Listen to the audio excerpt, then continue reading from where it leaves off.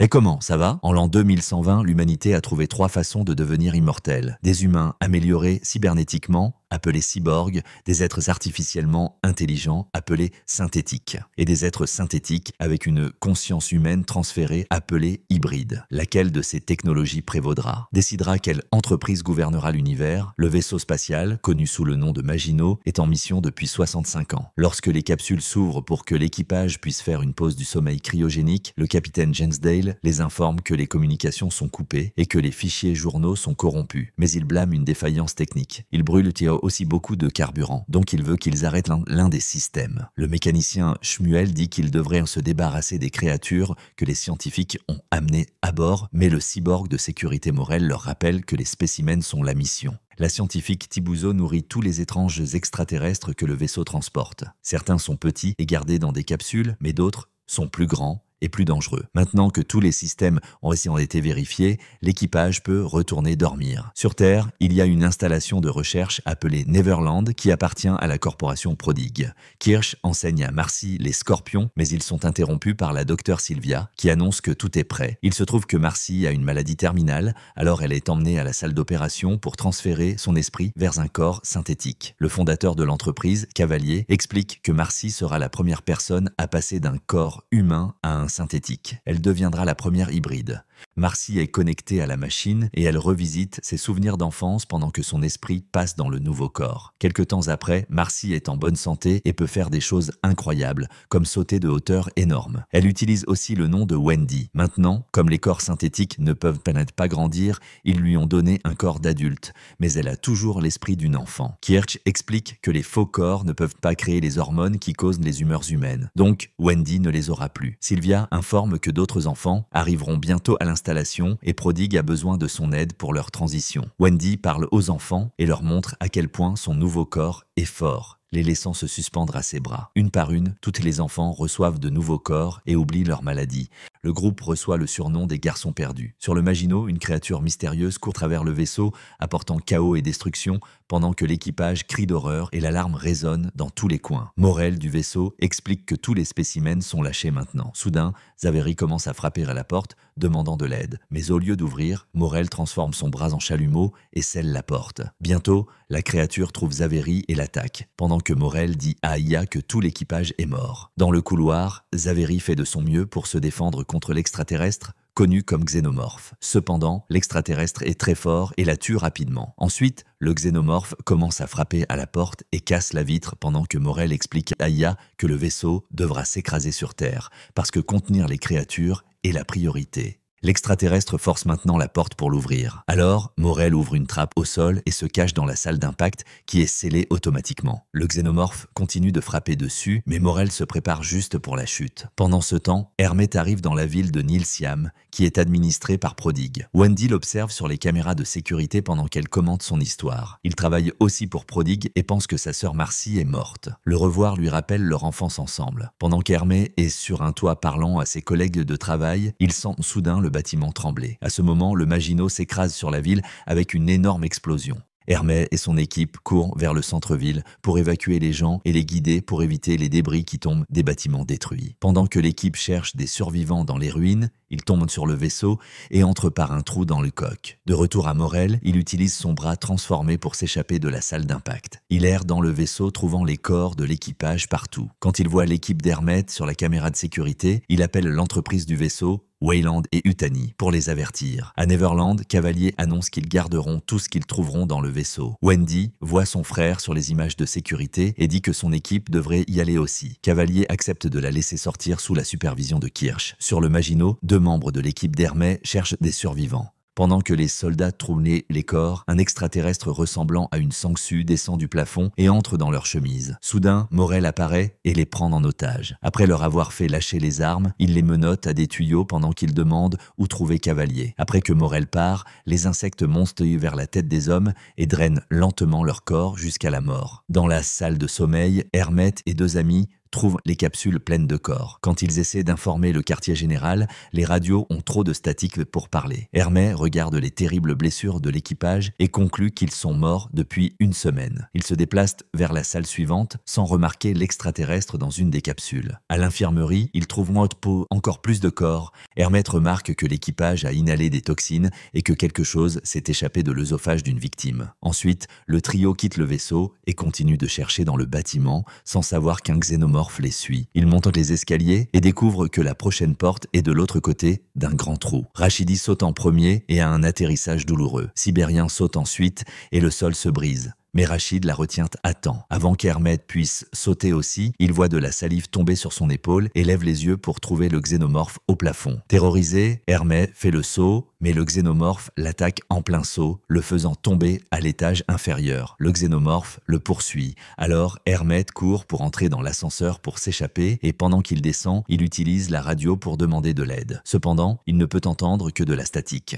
Un flashback révèle que la veille, Hermé a demandé la résiliation de son contrat parce qu'il voulait aller à l'école de médecine. Malheureusement, cela n'a pas été accordé et il doit travailler 7 mois de plus. Wendy a vu tout cela sur la caméra, alors elle a piraté le robot réceptionniste et lui a fait raconter une blague. Tout le monde, dans la salle de contrôle, a paniqué avec ce pouvoir d'elle. Alors, Wendy a dû remettre le robot à la normale. Quand l'équipe de Kirsch arrive sur le lieu de l'accident, Wendy continue d'entendre un son étrange que personne d'autre n'entend. Elle pirate les caméras de sécurité et découvre que son frère est coincé dans l'ascenseur. Alors, elle court vers le bâtiment. Le bruit est plus fort à l'intérieur et elle peut sentir qu'il y a quelque chose à proximité. Kirsch dit à Slightly de la suivre pendant qu'il entre dans le bâtiment avec le reste des garçons perdus. L'équipe de Kirsch entre bientôt dans le vaisseau et trouve quelques plantes extraterrestres accrochées au plafond. Ils trouvent aussi les corps drainés et observent l'extraterrestre Sangsu s'enfuir plein de sang. Un chat buvant du sang au sol a une créature avec un œil sur son visage, mais le pauvre chaton meurt quand l'extraterrestre oculaire saute. Il essaye d'attaquer Nib et elle le bloque avec ses mains avant de le jeter sur la table où il le capture avec un plateau. Kirsch connecte l'ordinateur à son corps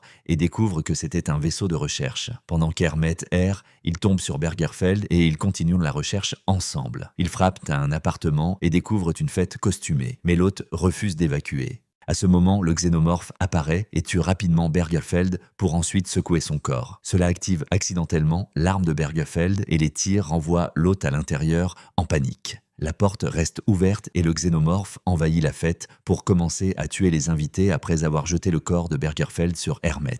La salle est maintenant pleine de corps déchiquetés. Dès qu'il n'y a plus d'invités, le xénomorphe saute du balcon pour essayer de tuer Hermé aussi. Mais soudain, Morel apparaît et étourdit la créature avec son arme électrique. Alors, Morel étourdit Hermé aussi avant de couvrir le xénomorphe avec un cocon spécial pour le traîner. Quand Morel arrive à l'ascenseur, il est entouré de soldats de prodigue qui tentent de l'arrêter. Leur discussion donne le temps au xénomorphe de se réveiller et de rompre le cocon pour ensuite tous les tuer. Il se prépare à tuer Morel aussi, mais il entend des voix et s'enfuit dans le couloir. Tutos observe la plante mystérieuse étendre une liane et la placer très près de son visage, mais elle n'attaque pas. Tutos passe à côté d'elle et rejoint les autres. Kirsch regarde toujours les fichiers de l'ordinateur et trouve des images d'un nid d'œufs effrayant. Alors, il dit à Wendy dans l'oreillette d'aller les trouver. Il lit aussi sur l'ordinateur que 5 espèces non découvertes sont à bord. Cavalier le contacte et lui demande d'apporter toutes les espèces vivantes qu'ils trouveront à Neverland. Quand Hermé se réveille, il regarde autour de l'appartement cher et trouve une balle de baseball signée qui lui rappelle son enfance.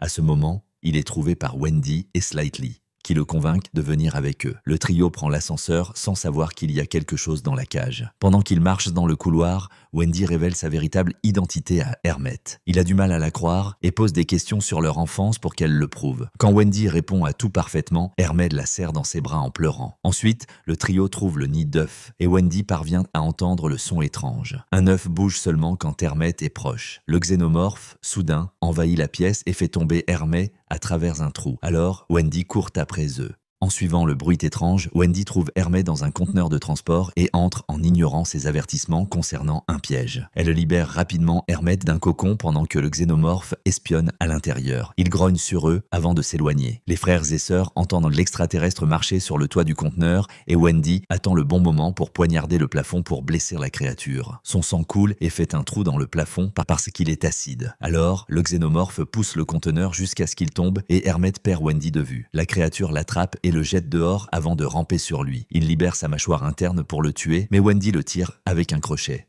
Elle le traîne vers la porte et Hermette la ferme avec un bouton, ce qui coupe la mâchoire interne de l'extraterrestre. Le xénomorphe furieux attrape Wendy et la traîne à l'intérieur avant que la porte ne finisse de se fermer. Hermette mord les câbles derrière le bouton pour forcer la porte à s'ouvrir à nouveau et est choqué de découvrir que le xénomorphe a été décapité. Wendy s'évanouit pendant que sa tête fuit une substance blanche. Après avoir vomi, Hermette s'évanouit aussi. Pendant ce temps, Slightly trouve la peau d'un xénomorphe. Il a peur quand il entend un bruit, mais c'est juste Smith qui le cherche. Pendant qu'ils discutent des œufs, Morel les surprend par derrière et menace de tirer s'ils ne coopèrent pas. Alors, il connecte l'ordinateur à son cerveau et copie toutes les données du vaisseau. Morel transforme son bras en lame et pousse Slightly. Pendant qu'il demande quand une machine n'est pas une machine, il est interrompu par Kirsch, qui le reconnaît comme le seul survivant de l'équipage. Kirsch et Morel se disputent pensément pour savoir à qui appartient le vaisseau maintenant. À ce moment, un des œufs s'ouvre. Alors, Morel saute par le trou dans le mur pour s'échapper. Ensuite, Prodigue récupère les garçons perdus, l'équipe de sauvetage et les échantillons extraterrestres pour les emmener à Neverland. Pendant que Sylvia opère Wendy pour la réparer, Cavalier jette un œil aux extraterrestres. Kirsch s'inquiète quand il voit un œuf s'ouvrir et l'entraîne au loin. Il remarque que les œufs ne réagissent que lorsqu'il y a de la vie organique devant eux. Alors, Cavalier met Kirsch en charge des extraterrestres et verrouille le laboratoire uniquement pour les synthétiques. Le bras droit de Cavalier, Aton, interroge les garçons sur ce qu'ils ont vu, révélant que leurs yeux ont des caméras. La nuit, Morel réussit à s'infiltrer dans la ville. Il vole un téléphone portable à un passant aléatoire et appelle Yutani, la PDG de la corporation Weyland Yutani. Il lui dit qu'il a les données, mais pas les créatures. Il prévoit de les récupérer parce qu'elles sont le travail de sa vie.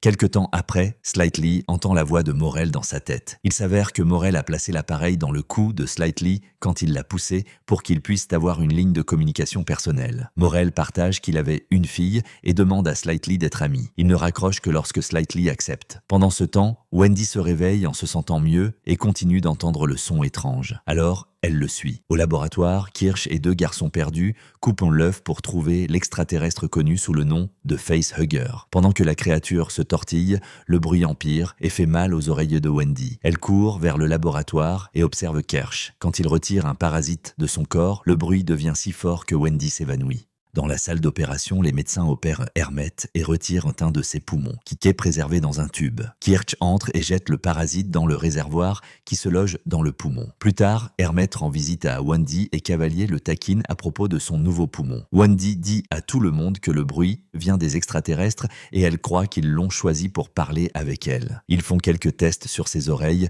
et Cavalier lui demande de recréer les sons extraterrestres. Wendy le fait parfaitement, ce qui effraie tout le monde. Slightly va faire une promenade pour pouvoir parler à Morel en privé. Morel partage son nom complet pour gagner la confiance de Slightly et lui demande de lui apporter un œuf, prétendant que c'est la chose morale à faire. En même temps, Kirsch regarde des images de Slightly et remarque quelque chose à son cou. Quand Slightly revient, il trouve Kirsch. Kirsch lui rappelle que si quelqu'un voit ou entend quelque chose, c'est son obligation de le signaler. Au laboratoire, l'extraterrestre oculaire est placé dans une boîte en verre avec un mouton. Il saute sur la tête du mouton et le tue rapidement, arrachant son œil. Avant de s'enfouir à sa place, Kirsch note la haute intelligence de la créature pendant qu'elle réanime le cadavre comme un parasite. Le technicien en chef, Arthur, emmène sa femme, Sylvia, dans la forêt pour qu'ils puissent parler sans caméra. Arthur désapprouve la présence de l'extraterrestre et admet une préoccupation réelle qu'ils aient tué 6 enfants pour créer une IA hyper avancée. Une dispute s'ensuit jusqu'à ce qu'il soit interrompu par Nibs, qui dit qu'elle est enceinte. Arthur explique que c'est impossible pour un corps mécanique, mais elle insiste que c'est réel. Sylvia emmène Nibs à son bureau et explique comment les bébés sont faits. Nibs savait déjà cela et lui rappelle le cas de Jésus. Quand Sylvia essaie de montrer un diagramme, Nibs le frappe agressivement. Sylvia essaie alors de poser des questions sur ce qui s'est passé sur le vaisseau spatial et Nibs panique, sautant sur elle.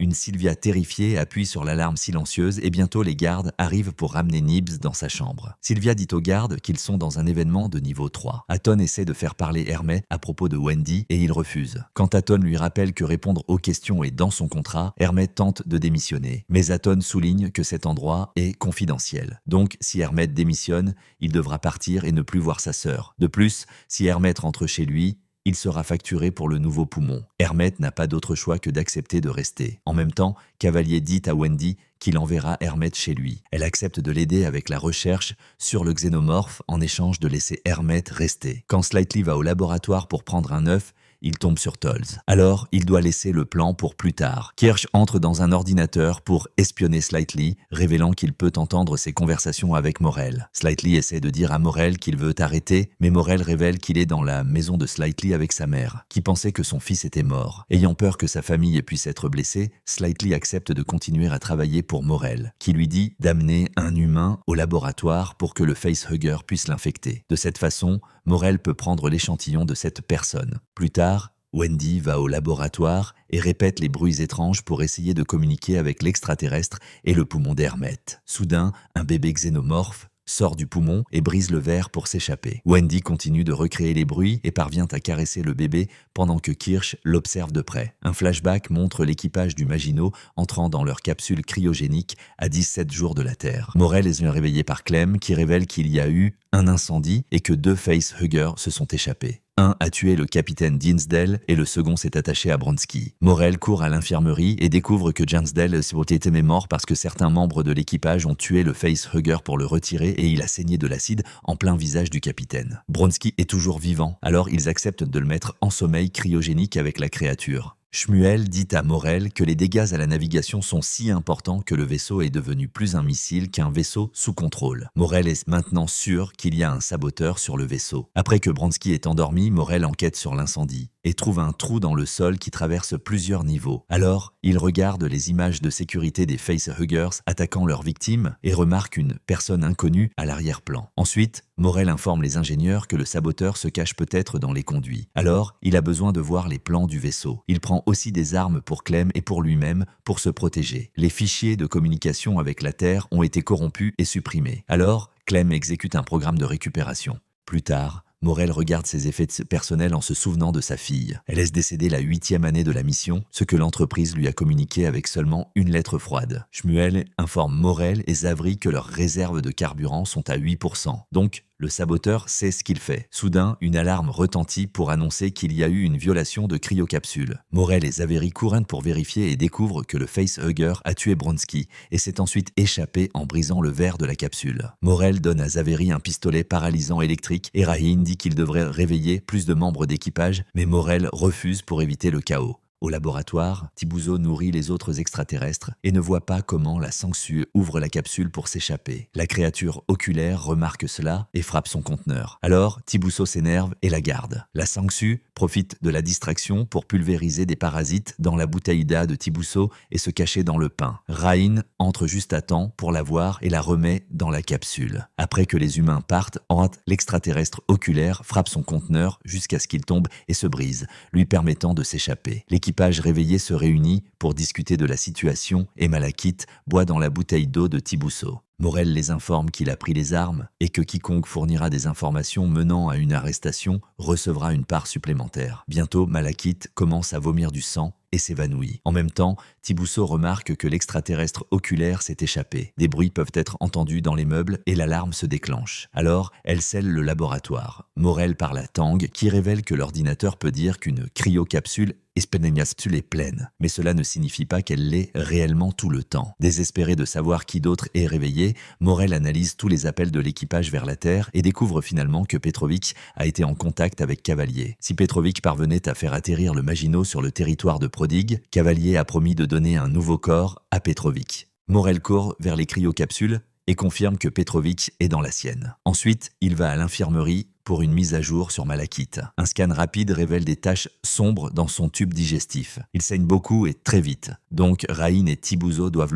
l'opérer. Quand il l'ouvre, il remarque des corps étrangers et suppose que ce sont des tiques. Il retire la première, mais la tique pulvérise un gaz qui tue immédiatement Rahin, Tibuzo et Malakith. Les autres se dépêchent de sceller la salle pendant que les insectes extraterrestres quittent le corps de Malakith. Pendant ce temps, Tang remarque de la salive tombant sur sa tête et quand il lève les yeux, il voit le xénomorphe sur le point d'attaquer. Quelques minutes plus tard, Clem informe les autres au sujet de Tang. Morell prend le commandement du vaisseau et fait des plans pour atteindre la Terre plus rapidement. Clem et Morel descendent le couloir et sont bloqués par Petrovic qui ouvre le feu sur eux. Une fusillade commence et Clem est blessé. Alors, Morel le traîne dans un laboratoire pour le cacher. Malheureusement, Petrovic les trouve et tire dans la tête de Clem. Morel riposte pour blesser son visage avant de sortir par l'autre porte. Maintenant, il peut surprendre Petrovic par derrière et le tuer avec sa lame. Comme Morel a laissé la porte ouverte, l'extraterrestre oculaire s'échappe du laboratoire et la sangsue se nourrit de Clem. Près de l'infirmerie, le xénomorphe atterrit derrière Zaveri et frappe ses jambes avec sa queue pour la faire tomber. Zaveri commence immédiatement à courir et ferme les portes derrière elle, mais le xénomorphe les ouvre juste et continue de la poursuivre. Dans d'autres salles, Zaveri trouve un chalumeau et commence à sceller la porte. Shmuel se tient là et quand il se retourne, il révèle que l'extraterrestre oculaire le contrôle. À ce moment, le xénomorphe arrive à la porte, mais ne peut pas l'ouvrir. Alors, il s'en va. Morel sort des conduits et appuie sur un bouton avant de soulever la porte de ses propres mains. À l'intérieur, il trouve Zaveri au sol et Shmuel le fixant. Quand il fait un bruit étrange, il attire l'attention du xénomorphe, qui revient rapidement. Morel l'étourdit avec son arme et court s'enfermer dans la salle informatique. Shmuel commence à se battre contre le xénomorphe qui le poignarde plusieurs fois avec sa queue. Le corps est inutile. Alors, l'extraterrestre oculaire saute et agrippe le visage du xénomorphe. Zaveri profite de la chance pour s'enfuir, mais quand elle demande de l'aide à Morel, il scelle la porte avec un chalumeau avant de se cacher dans la salle d'impact, laissant Zaveri mourir dans l'attaque du xénomorphe. Bientôt, le vaisseau s'écrase sur la Terre. Des jours plus tard, Morel appelle Yutani et promet de récupérer les échantillons extraterrestres. Il prévoit aussi de tuer Cavalier. Dans le présent, le bébé xénomorphe a été enfermé, mais Wendy continue de lui rendre visite pour communiquer avec lui. Hermet s'inquiète pour l'avenir de sa sœur et Kirsch dit qu'il la limite. En privé, Hermet dit à Wendy qu'il cherche un moyen pour eux de s'échapper. Mais Wendy ne veut pas partir et défend les extraterrestres. Pendant ce temps, Nibs est testé, mais les scientifiques ne parviennent pas à découvrir pourquoi elle pense qu'elle est enceinte. Sylvia pense que c'est un stress post-traumatique de l'attaque extraterrestre et mentionne la thérapie. Cependant, Atton veut que sa mémoire soit effacée. Arthur proteste contre l'idée et menace même de démissionner, mais Sylvia dit qu'elle peut le faire. Alors, Atton licencie Arthur. Yutani et Cavalier se rencontrent et se disputent à propos de la chute du Maginot, se blâmant mutuellement. Cavalier affirme que Yutani a fait de la contrebande d'extraterrestres et Yutani offre 20 milliards de dollars au-dessus de la somme de médiation pour récupérer les échantillons. Il accepte, mais gardera les créatures jusqu'à ce que la quarantaine de 6 semaines soit terminée. Dans l'après-midi, Nibs se réveille dans sa chambre sans souvenir des derniers jours. Wendy parle avec elle et réalise rapidement que quelque chose ne va pas. Nibs devient très anxieuse avec ses questions et Wendy sort pour confronter Sylvia à propos de ce qu'elle a fait. Elle explique qu'elle se sent trahie et désapprouve les expériences sur les extraterrestres. Quand Sylvia demande ce qui ne va pas pour qu'elle puisse réparer, Wendy dit que Sylvia est le problème. Dans sa chambre, Hermet travaille sur un plan d'évasion quand il est approché par Slightly, qui continue d'entendre Morel dans sa tête, lui disant de se dépêcher. Slightly essaie de faire venir Hermet avec lui au laboratoire, mais ils sont interrompus par Rachid, qui emmène Hermet en patrouille. Pendant que l'équipe patrouille, Hermet continue de poser des questions sur la sécurité de l'île et Sibérian devient méfiante. Alors elle lui conseille de renoncer à ce qu'il prépare. Au laboratoire, Wendy continue de parler avec le xénomorphe qui grandit très vite. Plus tard, Tutos reçoit la tâche de nourrir les extraterrestres mais va seul au laboratoire au lieu d'emmener de l'aide, comme Kirsch le voulait. Il insère un plateau de nourriture dans chaque cellule, mais casse accidentellement l'une des trappes. Il n'a pas d'autre choix que d'ouvrir la cellule pour mettre le plateau à l'intérieur. L'extraterrestre oculaire sur le mouton profite de la chance pour effrayer Tutos et le fait tomber. Alors, la porte se ferme derrière lui. Un insecte extraterrestre atterrit sur le bras de Tuto et crache de l'acide sur son visage, le tuant pour se nourrir de lui. Pendant qu'Arthur fait ses valises, Hermet l'aborde avec quelques questions sur Prodigue. Conscient qu'ils sont filmés, Arthur prend un ordinateur pour écrire un message. Il lui dit de s'échapper avec Wendy et donne un code pour un bateau. Il désactive aussi les traceurs de tous les garçons perdus. Après qu'Hermet part, l'ordinateur annonce que Tutos n'est pas connecté. Slightly essaie d'entrer au laboratoire, mais n'a pas le courage. À ce moment, Arthur apparaît et ouvre la porte pour chercher Tutos. Alors, Slightly le suit. Arthur court vers le corps. Slightly profite de la chance pour ouvrir la cellule de l'œuf avant de sortir. Quand Arthur entend un œuf faire quelque chose d'étrange, il court vers la porte seulement pour découvrir que Slightly l'a enfermé. Alors, Arthur essaye d'appeler la sécurité, mais à ce moment, un facehugger nouveau-né saute sur sa tête. Kirsch regarde tout sur les caméras, mais ne le dit pas à Cavalier. Dès qu'Arthur s'évanouit, Slightly revient à l'intérieur et traîne son corps vers le conduit de ventilation. Quelques minutes plus tard, ils sont dans la chambre de Slightly, où il déplace le facehugger suffisamment pour nourrir Arthur. Cependant, cela ne fait que resserrer la queue de la créature autour du cou d'Arthur. Smith entre dans la chambre et Slightly ne peut pas l'arrêter. Il voit le corps sous le lit et panique. Slightly pousse Smith contre le mur et explique que sa famille est menacée, ce qui le convainc d'aider. Au laboratoire, les insectes extraterrestres sont sortis de la cellule et détruisent l'équipement. Kirsch envoie des soldats à l'intérieur pour étourdir les insectes et les recapturer. Quand Wendy entre aussi, elle est dévastée de trouver tout os mort. Elle veut avertir les autres, mais Cavalier et Kirsch lui demandent de garder le secret. Les gardes bloquent la porte quand elle essaie de sortir. Alors, Wendy parle au xénomorphe, qui commence à frapper à la porte de la cellule. Tout le monde est tellement choqué qu'elle parvient à sortir. Un cavalier inquiet ordonne à Kirsch de trouver les autres garçons perdus avant Wendy, mais en vérifiant l'ordinateur, il révèle que les traceurs sont éteints. Emmett trouve Wendy et dit qu'il est temps de s'échapper, mais Wendy veut emmener les garçons perdus avec eux. Elle convainc Nibs de venir, mais Curly veut rester. Le groupe lui fait promettre qu'elle ne les dénoncera pas. Alors, Wendy utilise un écran pour pirater le laboratoire et libérer le xénomorphe de sa cellule. La créature commence immédiatement à tuer les scientifiques. L'alarme commence à résonner dans le bâtiment et Kirch trouve Slightly et Smith se faufilant avec le corps d'Arthur. Au lieu de les arrêter, il leur indique la route la plus facile vers la plage et leur conseille de ne pas être en retard. Dans la forêt, Nibs et les frères et sœurs trouvent des tombes. Ils réalisent que ce sont les noms et les corps originaux des enfants dont les esprits ont été placés dans les hybrides. Emmett voit des soldats au loin et fait bouger le groupe plus rapidement. Slightly et Smith traversent aussi la forêt et se cachent dans les buissons quand ils voient les soldats. Dès que le chemin est libre, ils se retournent et découvrent qu'Arthur a disparu. Soudain, le facehugger tombe mort d'un arbre et Arthur apparaît dans les buissons, semblant parfaitement normal. Il ne se souvient de rien. Alors, les garçons disent que le bâtiment est en cours d'évacuation et le convainquent d'aller à la plage avec eux. Quelques minutes plus tard, sur la plage, Arthur commence à avoir des flashs de ce qui s'est passé et réalise que tout est faux. Il attrape les mains des garçons et commence à les ramener à l'installation, promettant qu'il peut les aider. Soudain, Arthur se fige et crache du sang en s'évanouissant. Alors, le chestburster extraterrestre éclate de sa poitrine, tuant Arthur et éclaboussant de sang tous les garçons. Le chestburster court vers la forêt et Slightly essaie de le suivre, mais le perd rapidement de vue. Alors, Slightly commence à traîner le corps d'Arthur vers le point de rendez-vous. Après une longue marche dans l'eau, les garçons trouvent un groupe de soldats de Wayland et Yutani, guidés par Morel. Pendant qu'une deuxième équipe de soldats arrive à une autre plage, Morel est déçu de voir que le chestburster a disparu et dit à ses hommes de capturer les garçons. À l'installation, Cavalier continue d'essayer de parler à l'extraterrestre et aux moutons dans plusieurs langues différentes. Il ne réagit que lorsque Cavalier écrit le nombre pi. Il frappe le sol pour représenter chaque nombre et termine en déféquant. Cavalier réalise qu'il devrait mettre l'extraterrestre oculaire dans un corps humain pour pouvoir parler avec lui. Des soldats de Prodigue sortent et capturent rapidement le chestburster avec un filet. Quand l'équipe de Morel essaie de s'infiltrer dans l'installation, ils sont immédiatement encerclés par des soldats et capturés. Nibs et les frères et sœurs traversent toujours la forêt quand ils sont encerclés par la deuxième équipe de Wayland et Yutani. Wendy fait quelques bruits et le xénomorphe saute d'un arbre pour attaquer les soldats, les tuant tous en quelques secondes. Ensuite, il s'approche de Wendy et elle caresse doucement sa tête en lui disant de se cacher et de suivre. L'extraterrestre se cache immédiatement dans les buissons. Hermès prend une arme sur l'un des corps, mais est perturbé par toute cette mort. Finalement, le trio arrive au quai et monte sur le bateau seulement pour trouver Sibérien et Rachid qui attendent avec plus de soldats. Un homme prend le jouet préféré de Nibs de ses mains et le jette dans l'eau.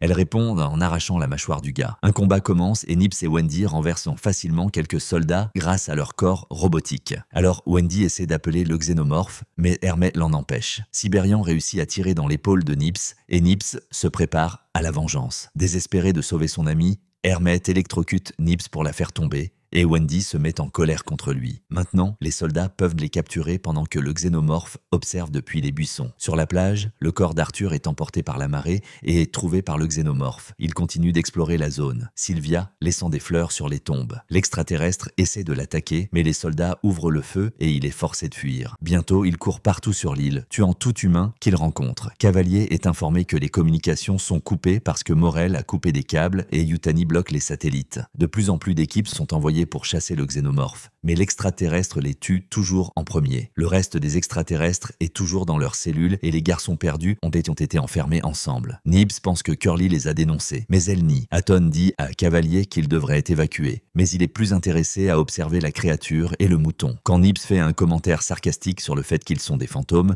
Wendy se souvient que les humains devraient avoir peur des hybrides. Elle désactive les caméras avec son pouvoir de piratage et fait un tas de sons qui sont entendus par le xénomorphe au loin. Ensuite, elle affiche des vidéos des corps originaux des garçons perdus sur l'ordinateur de Sylvia pour la faire sentir coupable de ses promesses vides d'amour et de soutien. Frustrée, Sylvia jette l'écran pour le briser. L'équipe de Rashidi se rend à l'arsenal pour prendre plus d'armes et est effrayée par l'ascenseur qui s'ouvre tout seul. Ils entrent et l'ascenseur ne descend que quelques secondes avant de s'arrêter. Soudain, les lumières s'éteignent et une voix d'ordinateur annonce le début de la séquence d'autodestruction. Tout cela est contrôlé par Wendy qui observe les soldats se battre sur les caméras de sécurité. L'équipe travaille ensemble pour s'échapper par le plafond et Wendy s'ennuie, alors elle fait fonctionner l'ascenseur normalement à nouveau. Ensuite, Wendy observe Emmett dans la cellule avec Morel et pense à quel point elle se sentait seule quand il partait au travail pendant la guerre. Smith dit à Wendy que Nibs était hors de contrôle et qu'Emmett est l'un d'eux. Wendy se sent mal et déverrouille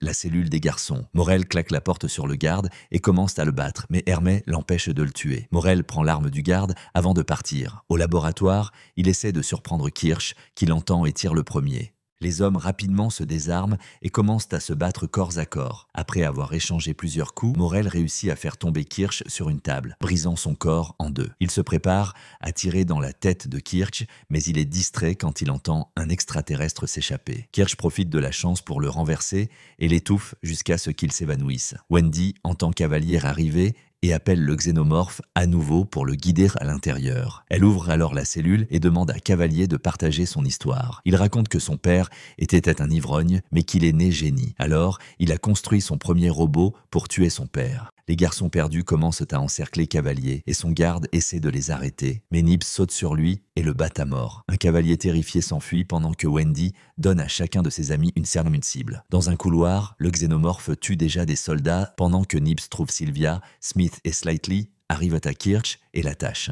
Morel leur dit qu'il n'a pas blessé leur famille, mais Slightly l'assomme. Malgré tout, Atton trouve Emmett en premier et le convainc d'aller au bureau, prétendant que Wendy attend. Emmett découvre que le conteneur est ouvert et le mouton le fixe de l'extérieur. L'extraterrestre oculaire saute et Emmett court se cacher à l'intérieur du conteneur, le fermant juste à temps. Alors, l'extraterrestre entre par la trappe à nourriture et Emmett est forcé de sortir en courant. Quand la créature saute à nouveau, Emmett la bloque avec ses mains. À ce moment, Wendy traverse la fenêtre et éloigne le monstre de son frère. Emmett prend une arme pour le tuer, mais Atton revient et l'assomme. Wendy essaie de se battre contre Atton, qui est plus fort, et la projette loin facilement. L'extraterrestre est sur le point d'attraper Emmett, alors Wendy court pour le repousser d'un coup de pied. Quand Atton est sur le point de l'attraper, Wendy utilise son pouvoir de piratage pour le geler, car il a aussi un corps robotique. L'extraterrestre oculaire s'échappe par un trou dans le sol pendant que les frères et sœurs se disputent sur ce qui est arrivé à Nibs. Wendy admet qu'elle aime les extraterrestres parce qu'ils sont honnêtes. Cavalier passe un appel pour offrir $1 million